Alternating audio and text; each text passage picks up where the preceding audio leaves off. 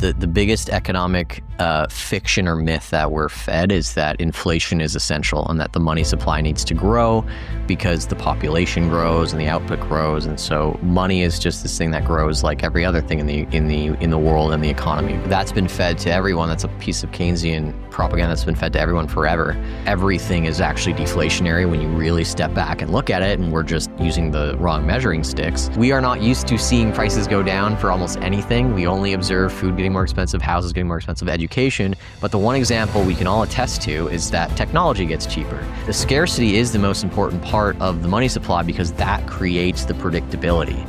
You need to have stability in money, and people think it's the opposite. People think that if they put in 2% inflation targets, that creates monetary stability, but it's the illusion of stability. 100 or 200 years from now, we have no way of knowing how many dollars there will be in the system, but we know exactly how many Bitcoin there will be.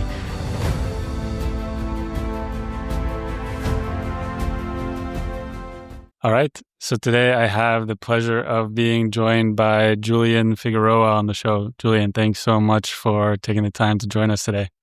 Thanks for having me, Stefan. Appreciate it. Of course. So I'd love to kind of, dive into, a bit of your background and a bit of kind of your story. I think, you spent a lot of time documenting other people's stories in the Bitcoin space and just kind of the narrative at large.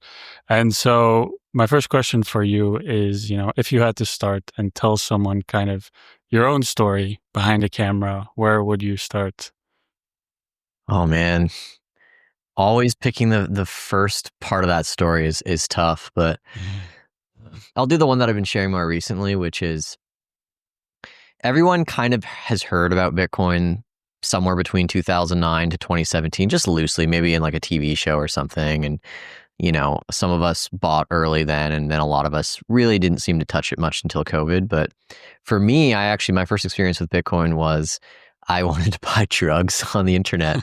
And I found it in my dorm room in 2013. And I was like, well, how do I get this thing? I got to e-transfer some guy. And I inadvertently bought a whole Bitcoin back then for like $200. And I spent it all on weed.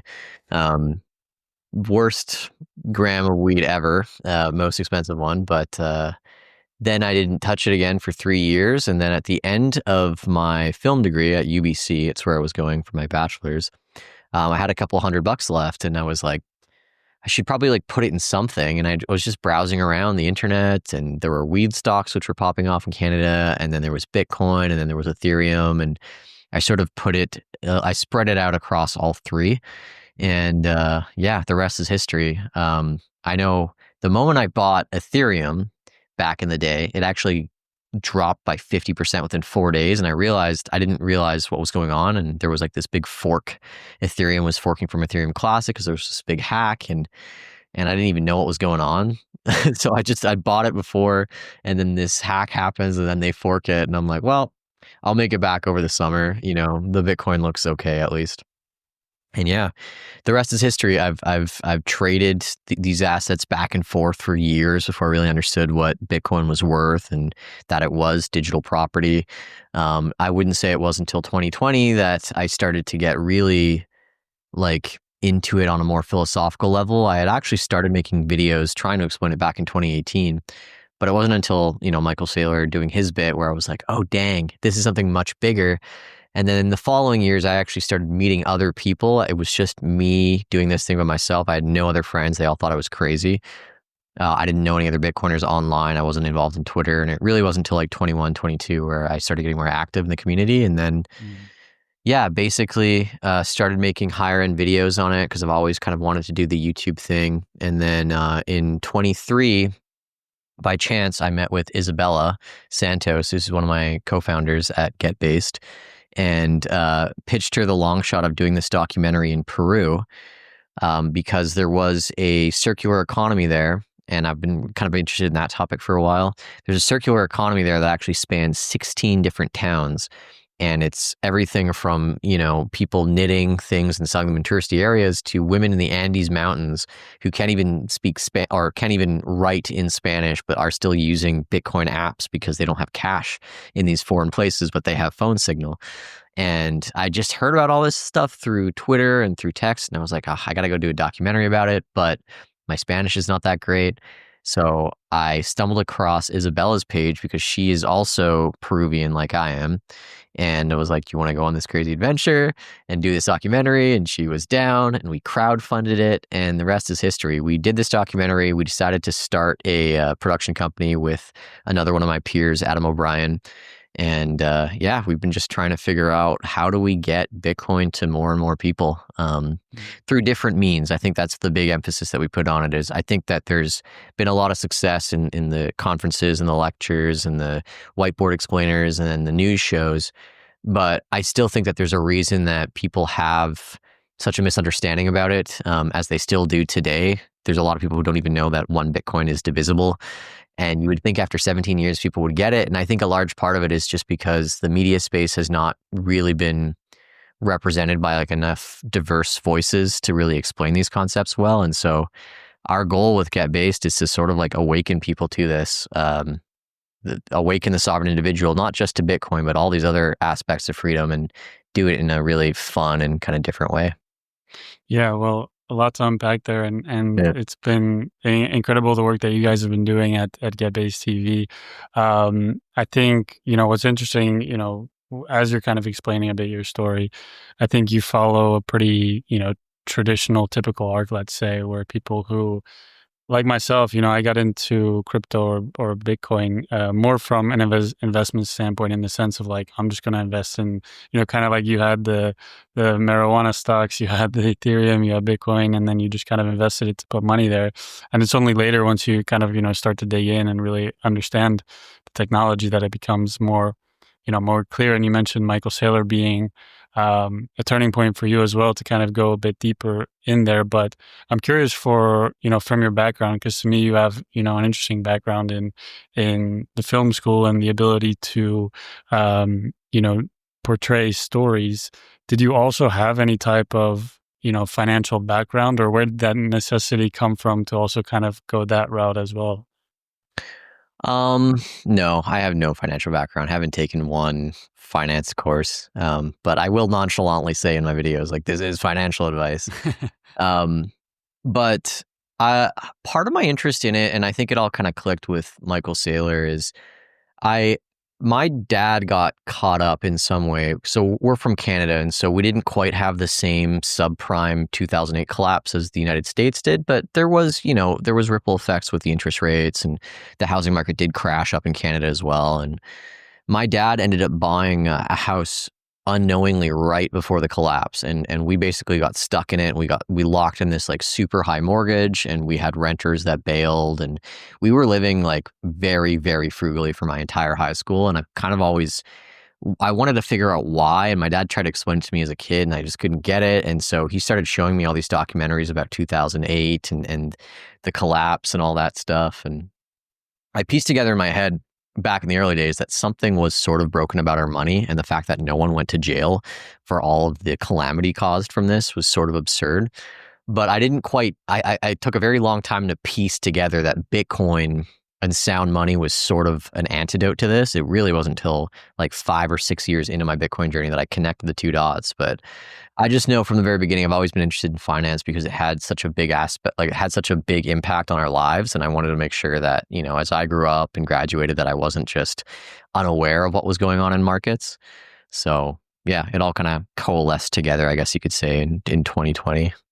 Yeah, of course. And as you mentioned, I think finance is part of everybody's life, whether they're a business major or a finance major. I think at some point, it's important, especially, given the circumstances that we have today, that you learn and that you educate yourself about, what's going on. And I think a lot of times, even self-education is probably more effective than traditional business school, because, it's kind of also, as you mentioned, you kind of learned as a need through your experience, as what you went through with your family in that crisis. And I think that oftentimes breeds, essentially almost the best type of education, because you're also doing it a bit out of necessity. And so I think that's really important. And I think, as you kind of go along that time scale, your journey, at what point, or what specifically about Bitcoin, stood out to you in the sense that you started to maybe view it more as just like an investment, right? View it more as maybe also, or understand also maybe the philosophy behind it. Was it like a certain value proposition or maybe a certain event, or what was it for you that kind of stood out there? It's a good question. I think through my Bitcoin journey, I think one of the things that you do when you invest at all is you do try and size up the investment. It's like, okay, I bought this thing at X valuation. How much bigger could it go? Is there anything similar to what I'm buying here that this could possibly reach? You know, I'm buying a tech company. Could it get as big as Apple? If it gets 10% as big as Apple, it's worth this much. And Bitcoin was a really hard one for me. And that actually was really interesting about the whole value proposition because on the one hand, you said, oh, well, you know, you had people in the early days saying, hey, it could be as big as a tech stock, or, you know, it was just psychological numbers. People were saying, oh, Bitcoin's not even $1 trillion yet. It would, when I got into it, when it was, you know, seriously, when it was into like $600, I remember that everyone was saying it could become $1 trillion thing. And that was the big deal. $50,000 a coin. Wow, $1 trillion. And then, you know, we got halfway there when the peak happened in 2017 and people said, oh, the next stop's at 100,000. And then around that time, everyone started saying, hey, what about the digital gold thing? Like gold's 20 trillion, and that means, you know, $1 million Bitcoin. And then Michael Saylor said, hey, this could actually replace all store of value instruments, you know? And so maybe the true market it's trying to size up is $300 trillion or $500 trillion or whatever. And increasingly so, you keep looking at this thing as like a much bigger property than you were initially sold it if you've been in it for a long time. And that builds conviction. It also, you know, in some way, if your goal with Bitcoin is for it to supplant all store value assets or absorb the premium away from other store value assets, if that's your thesis, then you're less shook out by the little things like the ICOs and what the government thinks of it and all that. Because if that's the end goal, it's going to do it through thick and thin. It doesn't need anyone's approval to do that.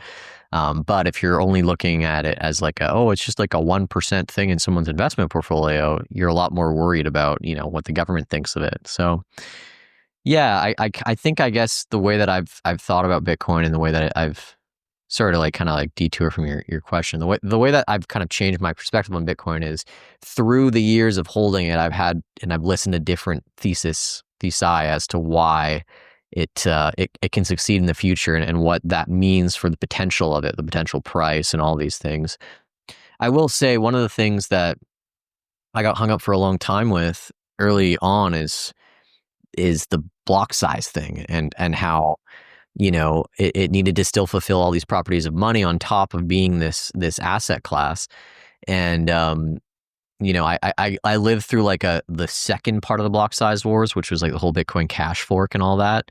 Um, and it took me a while. Like I almost, you know, I wasn't informed enough on how all the technicals work, but I almost went into the Bitcoin Cash camp because I was like, well, this seems like the path to, you know, the multi-trillion-dollar asset because it still has to be used as money by the end of the day, not realizing that, you know, those monetary layers can be built on top and that the security and the soundness of the money was the bigger thing. But yeah, you kind of go through these ebbs and flows and you learn things along the way. And Bitcoin is sort of this amazing teacher through its history. I actually will say it feels like a lot, but nothing has gone on at the same time in Bitcoin. At least when I got into it, there was some like really heavy conversations on the protocol level. And I think we're seeing a little tiny bit of that pop up again for the first time in like 4 or 5 years with all the core versus not stuff. But overall, all the developments around Bitcoin are like on the external, like the property and the product of Bitcoin is not changing. The perception is. So yeah, I went on a tangent. I don't know if that No, no, no, no, no. But it's a good one. And I think, yeah, it's interesting to also get that perspective and a bit of that history because I think, you know, now we're 2025, almost 2026. I think it's almost 10 years from when you initially discovered it, and I think, you know, Bitcoin has grown tremendously as an asset since then, and I think also as a byproduct of it, seeing more, you know, institutional adoption, like the strategies, and obviously now we have the ETFs and all that stuff. yeah. I do think that it becomes more and more important to. Well, I think like the the early on discussions, kind of like you mentioned, right, where it was the Bitcoin Cash and the protocol and the block size wars. That's, I mean, like you said, we're seeing that now a bit with the core versus not debates, and I think that will always happen. But I think it's also, I mean, the beauty about Bitcoin is, I think it's, like you said, it's a continual learning process, right? Nobody really fully understands Bitcoin and its depth. And I think that's the beauty behind it, is because it's a continual learning process. It's not just understanding about, how it works as a technology, but then, and that's also something really well that you do in your videos, is kind of break down a bit more like the cultural perspectives, also the technological perspectives, but also kind of like the underlying values that come with understanding Bitcoin. And so I'm curious, like, since you discovered Bitcoin, would you say what would you say some of the biggest changes also maybe to personal beliefs or changes in mentalities that, that also has kind of, that Bitcoin has also shaped throughout your journey? Does that make sense? Okay. I'll try and break it up into three. The biggest lessons and I guess things that I've applied to my own life. Number one, and the one that like I always go back to, is the biggest economic fiction or myth that we're fed is that inflation is essential and that the money supply needs to grow because the population grows and the output grows, and so money is just this thing that grows like every other thing in the world, and the economy becomes more abundant, just like people are and resources are. That's been fed to everyone. That's a piece of Keynesian propaganda that's been fed to everyone forever, as a good thing. And it's like, even if you believe that the money supply should expand, there's not quite like a model that is observably correct on this. There's no correct amount. And the one that people preach, the 2% per year central bank target, is like, we've seen that destroys 50% of your wealth in 30 years or something like that, or less. And so that doesn't work. And then even how they got to that number is not scientific. And so all the Keynesian economists that say, well, the money supply has to expand, it can't be rigid because then the economy would freeze, they don't actually have an answer as to how much it should expand. And so if they can't answer how much it should expand by, then you have to go back to like, well, maybe it shouldn't expand whatsoever. And then it really wasn't until Jeff Booth's book about the price of tomorrow and how everything is actually deflationary when you really step back and look at it, and we're just using the wrong measuring sticks, that just blows your mind right open. Because, I mean, for the people who in the audience who aren't familiar with, like, we are not used to seeing prices go down for almost anything. We only observe food getting more expensive, houses getting more expensive, education. But the one example we can all attest to is that technology gets cheaper. We have these massive TVs now that we're paying half the dollar amount that our parents were for smaller TVs and worse TVs. And it's the same with computers and memory cards. 256 megabytes used to cost like $100 on a card, and now you can get, almost a whole terabyte on a card for that much. And so, okay, so yes, that stuff's deflationary, and the myth with deflation is that, well, if things are deflationary, people won't spend, and the economy locks up. But if that's the case, then all these technology companies would be broke, right? Because they're constantly having to offer more and more and more, and have to sell it for less and less and less.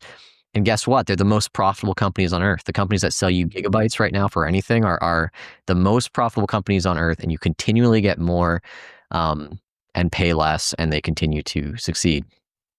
So that's a very drastic example, but the same thing applies to industrial manufacturing. Like, we are always finding ways to make cheaper food on the margin of production, not using the dollar as a denominator, but we can squeeze more meat out of a cow than we could 100 years ago. We can grow bananas bigger than we ever could before. We can grow fruit without seeds. We can get more out of stuff, and we can sell it to people, on the margin for cheaper than it costs to produce, or barely more than that. But anyways, Jeff Booth's big thing is that the marginal cost of everything kind of trends to zero, especially as things that are linked very closely to the price of energy, which is continually getting cheaper as well. That concept made Bitcoin way more palatable to me in a sense, because as much as I appreciated the 21 million limit in the early days, I also had concerns of like, well, what about all the lost Bitcoin? What about the divisibility of it? Like, what if there's not enough? What about all these whales that have so much of it? And I realized that if everything is getting cheaper over time, as long as the money is like kind of like infinitely divisible, then you're never going to have a shortage of money ever, right? Yeah. The scarcity is the most important part of the money supply because that creates the predictability. You need to have stability in money. And people think it's the opposite. People think that if they put in 2% inflation targets, that creates monetary stability, but it's the illusion of stability. 100 or 200 years from now, we have no way of knowing how many dollars there will be in the system, but we know exactly how many Bitcoin there will be. And so you just look at Bitcoin through a different lens that way. You stop looking at just the face value, which is the price, and you start looking at like, what is the actual dynamics of the supply of this money? And if it is fixed, then if we all move to this standard, then things would predictably just get cheaper over time. Sorry, that's lesson number one. Lesson number two was sort of the short term or the high time preference, low time preference thing. And that's sort of about how every decision that you make, you can either make a decision for future you or like short term future you. And it's sort of embodied in this thing called the marshmallow test. You go to a kid and you say, hey, if you want, you can have one marshmallow, or if you wait 60 minutes, you can have two.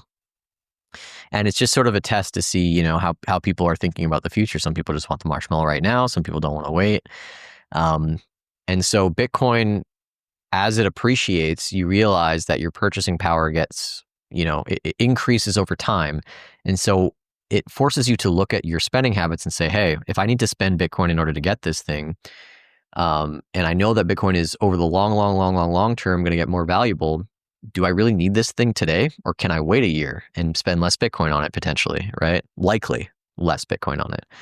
And so once you get that and you denominate your life in Bitcoin and it becomes a big part of your net worth, you sort of change the way that you make decisions about things. And there's a lot of filters that I set up in my head of like, do I need to consume this thing now or not? And some people in Bitcoin are very extreme. They're like, no earthly pleasures, live in a cave and make everything as cheap as possible so you can stack as much Bitcoin as possible. But what I realized is I'm very much not a material person. So I won't spend my Bitcoin on material things, but I will spend it on experiences because those are not easy to replace or to save up for in the future. When I'm 80, I don't want to go and do all my globe trotting, or 70, do all my globe trotting. I can't probably do it when I'm in my 40s to 60s because I might have kids, but I have time now. And so maybe this is a good way to spend the Bitcoin, because if I don't do it now, I probably won't have the same experience later. And so, I've sold Bitcoin to do a lot of traveling, and it's the same thing with making films. Like, well, I could just not make films and just get like a 9-to-5 job, but then I miss the opportunity of being in the ground floor and building something that I might not be able to build 30 years from now in Bitcoin. So everything goes through this like low time preference, high time preference filter once you really start to understand Bitcoin. And then the third takeaway from this is, I guess, building off a low time preference, high time preference thing, particularly this year, I've realized that Bitcoin is going to be around for a very long time. And I want to be around to see it. And I've really started to take my health more seriously as kind of like a side effect. And I've realized like those purchases that might seem a little extra, like buying the grass-fed steak for 20-30% more than the other one, might be worth it over the long term. And to maybe pay for things like a trainer, which might seem like a little bit excessive, right? But if it provides me more years on the back end, if I can spend 2 hours in the gym and get 4 hours of longevity, in my 80s, like I think that's a good trade. And again, Bitcoin has really set me up to see that. And ultimately, like I want to be around to see if this thing can actually become the global reserve currency. I do think it's going to be quite a while from now, but there's a fighting chance that it can happen, by the time I'm like maybe 80, 90, 100, right? And so there's things you can do today to greatly, it's like the younger you are, the more you can do to increase the odds that you make it to 80, 90, 100 versus get to 70 and then start making all those changes. So yeah, Bitcoin's helped me kind of, I guess, discover that part. But yeah, those are my 3 big ways that Bitcoin has really changed my life. Yeah, and that was a great synopsis. I think every point there I definitely related to, because I've experienced that, in my own journey. And I think it's an important point that you touched on there, because I think it's kind of like you said, in the Bitcoin space, it's the benefit of it, like you mentioned, is kind of it changes a bit your time preference, right? You're going away from like a direct consumption mindset because, oh, I need to get rid of these dollars or whatever fiat currency because I know it's going to lose value over time, to holding something that is scarce that you believe will be worth, X amount in the future. But then, as you mentioned, I think the only thing more scarce than Bitcoin is time, and that's also a super important thing, and something that I've also been, thinking a lot about as well, because everything that I'm doing now, also with the podcast and kind of the business that I'm trying to build out. I was just, it's not my journey, but just to give also a bit of background is, I was also working full time before and just kind of stacking and, contributing here and there. But I realized that kind of like you, I think like, again, Bitcoin is a bit of a contradiction because you know that you want to just kind of build your wealth in Bitcoin and save money. But then once you have a certain amount of capital, it's like, okay, but the money is also, you know, built to be invested in things like you said, like experiences, like building out a business, investing in your health. And I think, that's also what kind of then finally, also pushed me myself to kind of quit the 9 to 5 and kind of go full into Bitcoin, because I think it's also, the most important thing that we can be working towards right now as a community. And so I think I'd love to also hear a bit about, from your experience, building your business and, GetBasedTV. I know before that you were also doing things, as an entrepreneur, but kind of how has that experience been like, building your own business and what are some of the insights that you also learned from there? Yeah, entrepreneurship is it's definitely a journey. I'm a big fan of the Myers-Briggs personality test, and there is like a very specific type of personality that excels at entrepreneurship over all else. And you'll go in a room of CEOs and you can largely find about 50 to 60% of them are like that personality, which is kind of cool. But my big thing is that I've always been kind of like a one-man show. I try and learn the ins and outs of everything so I know and I can speak with authority on like any particular venture that I take forth. So, when I got into film, I wasn't like just doing videography or just editing. I did work as an editor for years before I did Bitcoin videos. But I took it upon myself to be like, I want to learn how the filming works. I want to learn how the directing works. And I like acting too. So I learned all that stuff. But when it comes to the business, as I started my own video production company shortly after I got into Bitcoin, just to kind of work for myself instead of at another company. And I got really into learning about, finance and accounting and how balance sheets work. And you kind of have to a little bit as an entrepreneur. Like you can find an accountant to kind of handle it all for you, but it's good to know, cash flow and how all that works.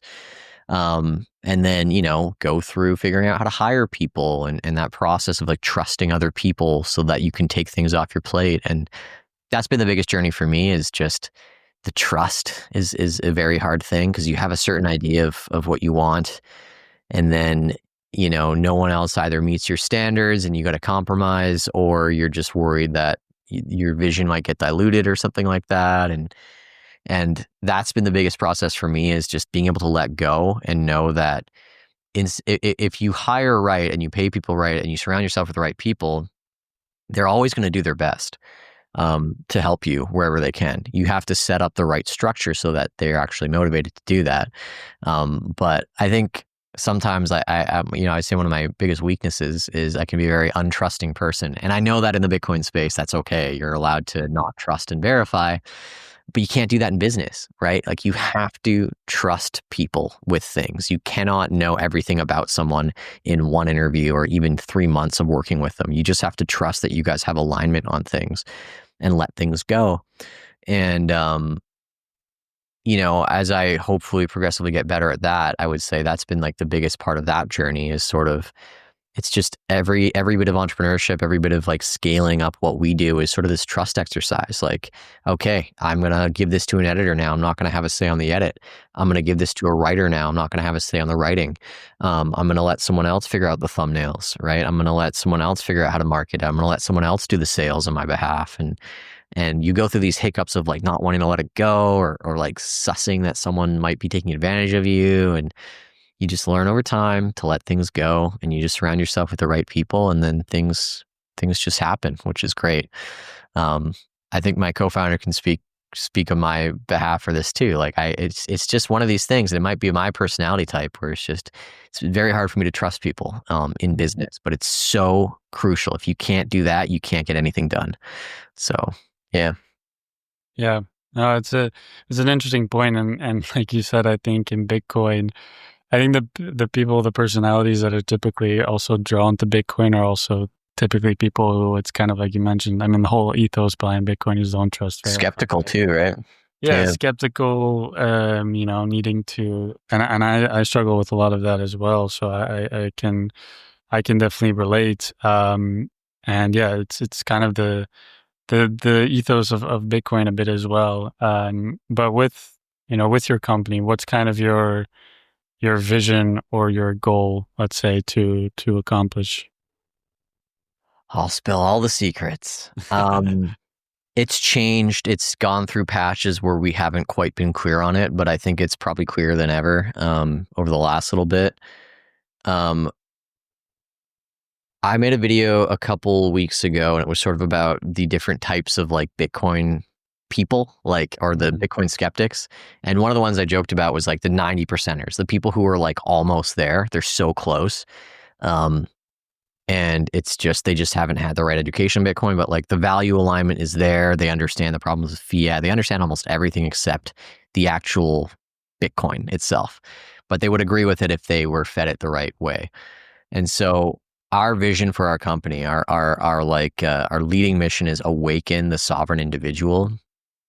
I don't want to, I don't think Bitcoin is for everyone. There are just certain people, and I don't want to speak ill or down to them, that just do not value sovereignty. They will never hold their own keys, the same way that they can barely hold their own bank keys, or they make 20 sets of car keys because they're worried about losing one. Like those people will not get self-custody, and that's okay. We have to be okay with that as Bitcoiners.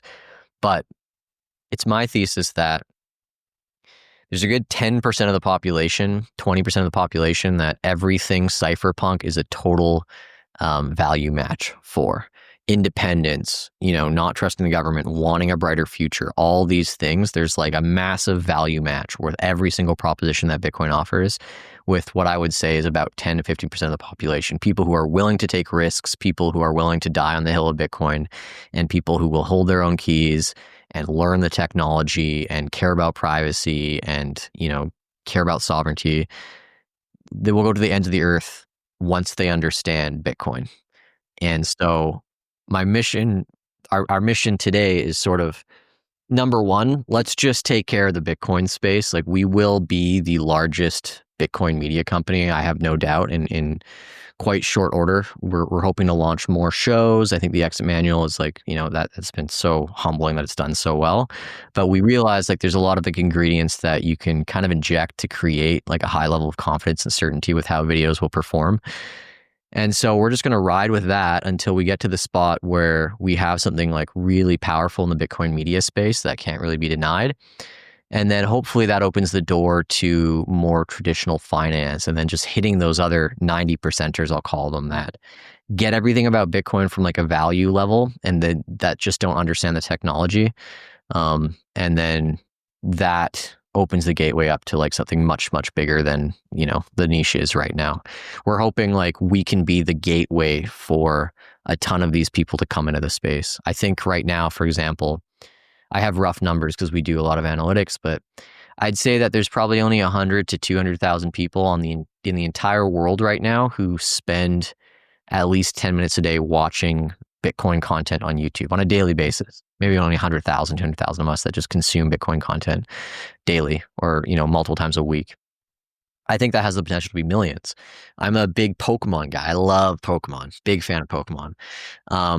The Pokemon niche has about 3 million people who will come and watch daily Pokemon videos, right? You're talking about a revolutionary monetary technology that always has cool headlines, that always has really interesting things happening about it, that allows you to have skin in the game. that is like 3% of the size of the Pokemon market. Like, I understand that it's kids and all that stuff, but I think that there's so much room for this thing to grow. And I think the reason that it's been held back is our number one marketing tool is the number go up. And surely a year where everything's sideways is not going to bode super well for us. But I think on a cultural level and a story level, there's so much more to Bitcoin that's interesting. And so that's kind of what we're focusing on right now is, if we just talk about price all day and the price is in a bear market, no one cares. And if no one has disposable income, they don't care about the price of Bitcoin, right? Like if you only have $1,000, you don't care if Bitcoin goes to $1 million, you're only going to make $9,000. And so everything that we do is sort of about showing people this interesting side to Bitcoin from like a cultural and story level. And that makes it much more interesting than just, this is just like another one of your investments. So yeah, that's kind of our plan to kind of conquer the niche is show this interesting side that will hopefully bring more people onto the net than what we currently have. Yeah, and it's a really interesting kind of synopsis that you made there, especially kind of that last point was something that I've maybe not thought as much about myself, to be honest, because I think sometimes when you understand Bitcoin and you've been in the Bitcoin space enough, it seems, quite obvious. But I also understand exactly kind of what you said, right? A lot of people, I think, for looking at the world and at the average person, I think a lot of people, struggle keeping their head above water and just, paying the bills and keeping the ship upright, right? And kind of like you said, if you have, little to not much disposable income, yeah, you can hear all the guys and the crypto bros saying like, yeah, put your money into Bitcoin and it'll 10x, whatever.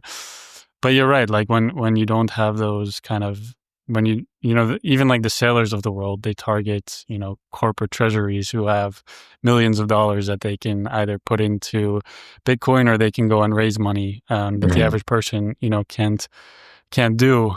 So I think it's really an important point that you make there about also speaking to people from kind of the narrative side and understanding like, Bitcoin, obviously the number go up technology is a great marketing tool, but it's bigger than that. And I think, I think that's something that still a lot of people the average person doesn't really understand. And I'm curious also to hear from your perspective, like, what do you believe is the biggest thing that is, stopping, let's say, like full mainstream adoption of Bitcoin at the moment?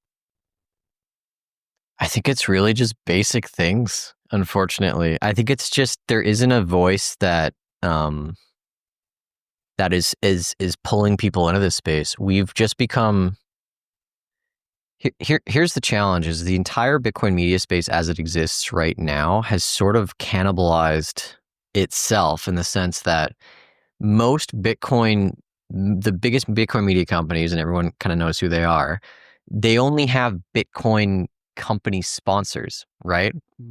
So essentially, if you're a person that doesn't understand anything about Bitcoin and you stumble upon one of these videos, the first thing that you're sold is sort of this like product that you don't even understand anyways. And so immediately just the ad reads kind of turn you off because you're like, damn, like this stuff's complex and this person's recommending this and that. And then, they're using all these like inside memes and jokes and assumptive knowledge and all this stuff. And look, I think the content is fine. It's for Bitcoiners though. It's not for a general audience. And I think a lot of the Bitcoiners have kind of said, look, this thing's been around for 17 years. I don't want to be making 101 videos, right? I want to just be talking about what Sailor's doing and $100 trillion of BlackRock funds moving in and all this stuff because I know there's a proven market of us 100,000 there and I can monetize that and I can build a business off of that. I think the riskier thing to do is to try and say, hey, yes, we need to still pay attention to the 100,000 Bitcoiners that are out there, but 1 out of 4 videos, can we try something radically new to try and pull in like a whole new web of people? And like, what are the adjacent niches? Are they finance? Are they, political? And so that's been like a real big goal of ours is we did a video on Nick Fuentes the other day. This guy's like a right-wing commentator kind of blowing up right now. And he has a link to Bitcoin. And so we said, let's combine the two topics. It's not going to be our biggest video ever, but maybe we can pull in some of that audience that has no idea how Bitcoin works, right? The thing we can't forget is like already 5 to 10% of Americans have some Bitcoin exposure. So they probably kind of know a little bit about it. That's 40 million people versus only about 100,000 that actively watch it on YouTube. So you already have a ton of people who might even own Bitcoin, kind of loosely understand it, but no one's talking to those people, right? Except the general finance niche when they drop it once or twice in their podcast. And so you start from there. Like, okay, you have 40 million people who kind of own it already, who probably kind of want to learn more. How do you reach those people and bring them into our world to really go down the rabbit hole of things like self-custody and all that? So yeah, to answer your question, like that's sort of like the way that we've looked at it, and how we really hope to kind of like turbocharge this stuff. It's just there's so many people on the periphery who either 90% get it or actually already own it, and they just have not been reached out to yet in an appropriate way. Yeah, I agree. And I think there are a lot of people there that I think also a lot of it is maybe haven't felt like, I think the analogy that kind of I think is adept for Bitcoin is like there's a lot of people, it's kind of like the boiling frog thing where it's like, you're in the kettle and it's warm, but it's not like uncomfortable yet. Yeah. If you're in maybe like the US or Europe, right, where it's like, okay, you're starting to really notice inflation, but you're maybe still comfortable enough to where it's not like burning you yet. Yeah. Obviously, people like Argentina, Venezuela, people who are living through hyperinflation or capital controls or whatever it may be, or people in Africa that don't have access to, a traditional banking system. Those people get it. They don't maybe need as much of an explanation, but I think obviously a lot of the capital in the world is in the US and in countries in Europe and let's say the more Western world. And for that, I think, as you mentioned, you do need to pull people in from, different perspectives.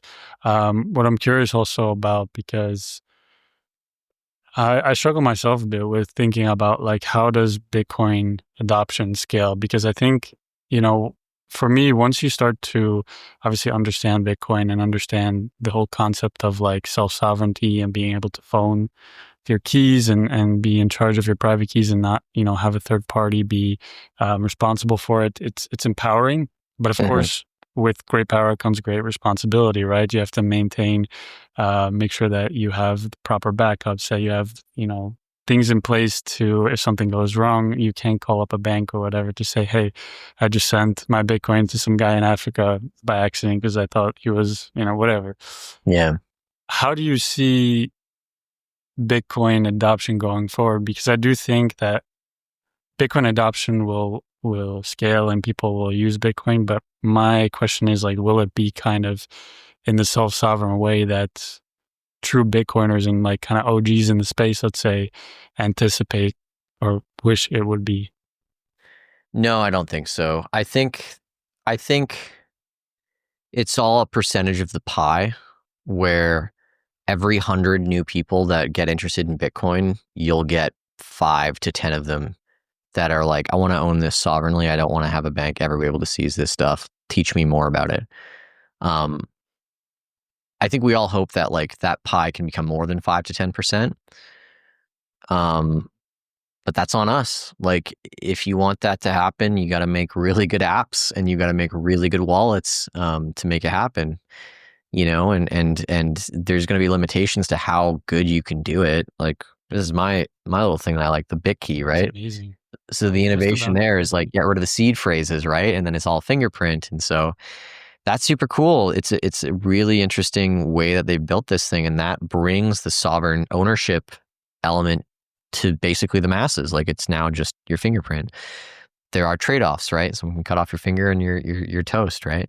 Cut off your finger, take your phone, you're toast, right? So it's there's different trade-offs. I love the BitKey, don't get me wrong, but I think that's kind of like there's a two-pronged thing. Number one, there's going to be a ceiling on just people who want to take personal sovereign responsibility, but then the tools have to get easier and super simple to use. But we know that's all going in the right direction anyways, right? Because it was the same with the internet. You used to have to launch this like little dial-up program, and now it's like instant and everyone has 5G, and mobile apps change the way that we interact with websites, and everything gets easier and simpler, and Lightning is super seamless now, and now all the Bitcoin exchanges have Lightning integrations. So merchant adoption technically should be a lot easier. And so all this is headed in the right direction. I think it's a two-pronged thing. I think one of the things that Bitcoin thrives on is either greed or fear. So you get a whole wave of people when the price is going up out of greed. I think that element's going to change a little bit now that because of the unit bias thing, where it's just like Bitcoin goes from 100 to 300, and like if you don't own any, you don't care about that, right? It's just like someone telling you Berkshire Hathaway stock went up a bunch. It's like, well, I don't own that, and it's too expensive for one share. Even though we know it's divisible, it just doesn't matter to people. I think price is no longer going to be an attractive factor to people. What is going to get people is the other side of the equation, which is fear, and it's the realization that governments will continue to crack down and abuse people's property rights. And if you can pitch Bitcoin in a way that's like it's like unseizable property rights, it's like property rights done in code, and that's kind of the innovation there. Then that becomes a very interesting prospect to basically everyone who is living under tyranny, right? And I'm an optimist for the future, but I have no doubt that governments are going to exact more tyrannical punishment on people, whether it's freezing bank accounts, whether it's changing the title deeds of like property. We just had this crazy case here because, I mean, you probably know, like everyone our age is like, oh, I want to get real estate. I want to get real estate. In Vancouver, there's like a little island that was freehold strata. So you bought land and you owned it, right? You had the title rights to it. But there was a Cowichan indigenous tribe that said, actually, we never forfeited this stuff when we signed treaties back in the 50s, 60s. So we actually are going to contest this land and we want it to be ours. And they recently won in court. So some guy who's lived there for 20 years now just got a call from his bank that says, we're not renewing your mortgage. Good luck, because the property now, the bank couldn't even claim it as collateral because it's on leasehold land. And so in real time, it's like all of a sudden you have a whole bunch of prospective real estate investors, including the guy who owns that home, that's like, oh my God, I thought this was foolproof, the real estate thing. Turns out now I have a story to point to that it's not, right? Turns out that real estate can also go into bear markets. Okay, that's not a good place to put my money. And then you have the bank seizure thing and all that. Eventually people kind of come around to Bitcoin because it solves a lot of those problems that people have in traditional assets or just any property ownership. So, yeah. Yeah. I think some other great points there. I think, talking about, especially that last point also about true ownership, right? What does that mean? And I think that's also why, kind of relating back to the self-custody, I think a lot of Bitcoiners really emphasize that, because you don't own Bitcoin unless you really own the private keys. And don't get me wrong, like I've struggled a lot with it as well, because I don't come from a computer science background. When I first got into Bitcoin, I was also overwhelmed. I didn't know what a seed phrase was, what's the difference between a software and a hardware wallet. And obviously over time you start to learn, you read books. I think the great one is Andreas Antonopoulos' Mastering Bitcoin was fundamental for me, because he did a great way of explaining it in a way that was still easy to understand. But kind of, as you were just alluding to, even from, when I entered the space, it was like 2019, 2020, I would say seriously entered the space. And even then, like the hardware wallet solutions were kind of difficult. There's still, a lot of them still are. And then the BitKey came out. And for me, that was also, and this isn't particularly, an advertisement for BitKey, but I just do think it's an incredible product, because I think it filled a gap that's needed in the space, where it's like, okay, you can have the OGs, the cypherpunks who really want to just, buy the wallets from CoinKite or other, more hardcore Bitcoin companies, let's say, and run their own node and all that. And of course, there's a place for that. And I think if anybody can get to that level, they should do it. But I think most people are going to need a solution that's easy to use, that kind of removes a lot of the the points of failure that are there with the traditional wallets. And then I think, as you mentioned, I think there's a lot of solutions that we probably don't foresee now yet that will still come. And my hope is that, Bitcoin will become as easy to use in self-custody as using Apple Pay is today, for example. Yeah. Yeah, and I think, we have to be okay with trade-offs, right? I mean, if we Sure. we want people to spend Bitcoin and use it as money, it's like, well, Lightning in self-custody is just not, it's just a hassle, right? Balancing channels and all that stuff's just a hassle. It's like we have to be okay with, non-custodial or custodial wallets, just fill it up with $200 and you're good to go, right? Exactly. It's all about trade-offs. And I Yeah. think, we are still very early days, I think, in terms of its overall adoption and its overall technological infrastructure as well. So I'm excited, about the future. And I think because Bitcoin, I think if we didn't have Bitcoin, things would be a lot darker, in my opinion. Speaking from experience through the past 4 years, being able to put my wealth in it, being able to understand it, being able to see a hope for the future. Because I don't know if we didn't have Bitcoin, especially people our generation, who are priced out of a lot of other assets.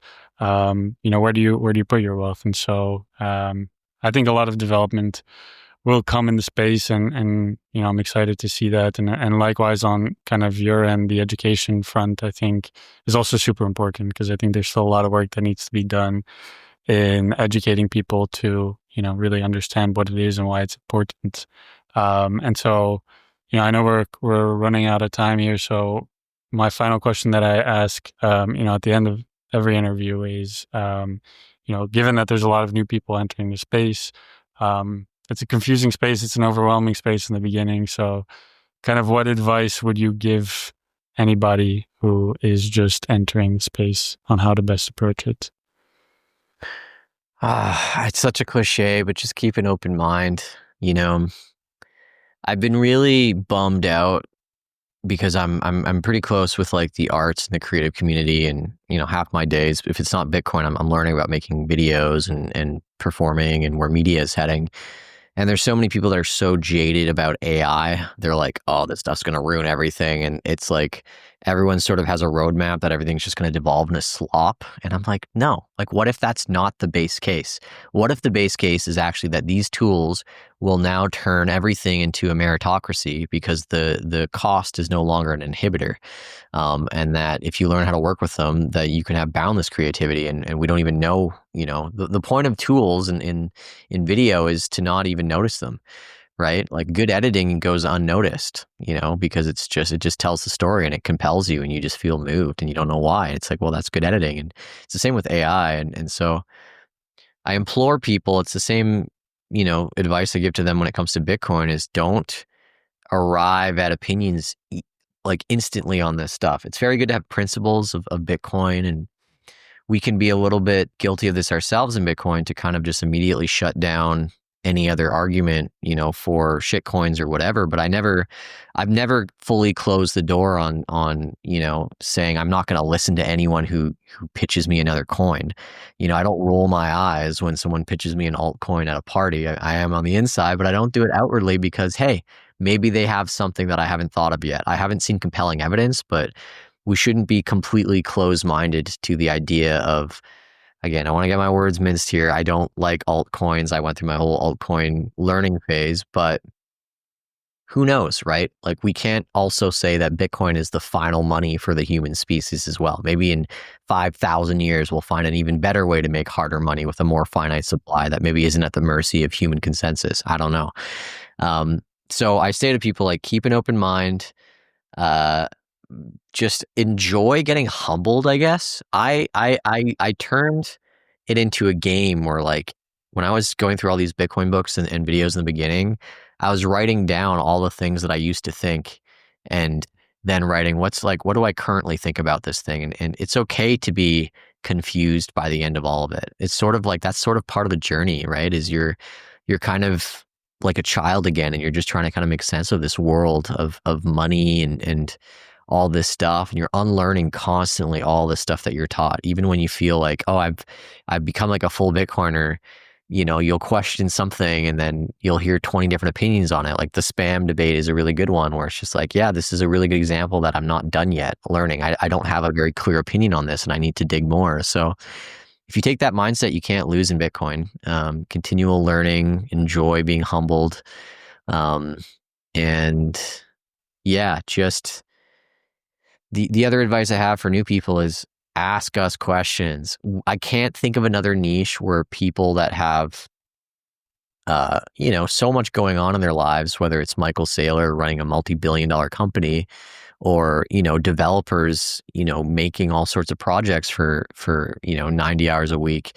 I can't imagine another cohort of people that will still go out of their way to answer questions that people have as long as they're framed in like a respectful, nice way. So join Noster, join Bitcoin Twitter, comment in the YouTube sections, and people will come and help you out and help you figure things out. And I don't speak for all of us, but hopefully they will also help you in a respectful way. So be open, ask questions, and we're like the nicest cult on earth, the Sound Money cult. Agreed. Couldn't agree more. Julian, I really appreciate the time today. Where can my listeners, find you, find more about what it is that you're doing personally and with GetBasedTV? Yeah. At Exit Manual is my new show on YouTube. You just look up the Exit Manual. And then on Twitter, you can find me at kinetic_finance. Make sure there's a check mark by the name because there's a lot of fake accounts. But I post little whatever I have in my mind there too. And hope you go and check out the shows. Let me know what you think. If you have any Bitcoin questions after you watch a show or this one, just hit me up. Happy to answer them when I have time. Awesome. Julian, really appreciate your time. I really enjoyed the episode and I'm sure my listeners also will. Yeah, thank you, Stefan, so much for having me on the show. It's always so great to talk to Bitcoiners, and I'm super excited. You're also in your journey of spreading the message to more and more people. I don't think that there will ever be such a thing as too many voices in Bitcoin. So super happy to see another one, man. Thanks so much. I appreciate that.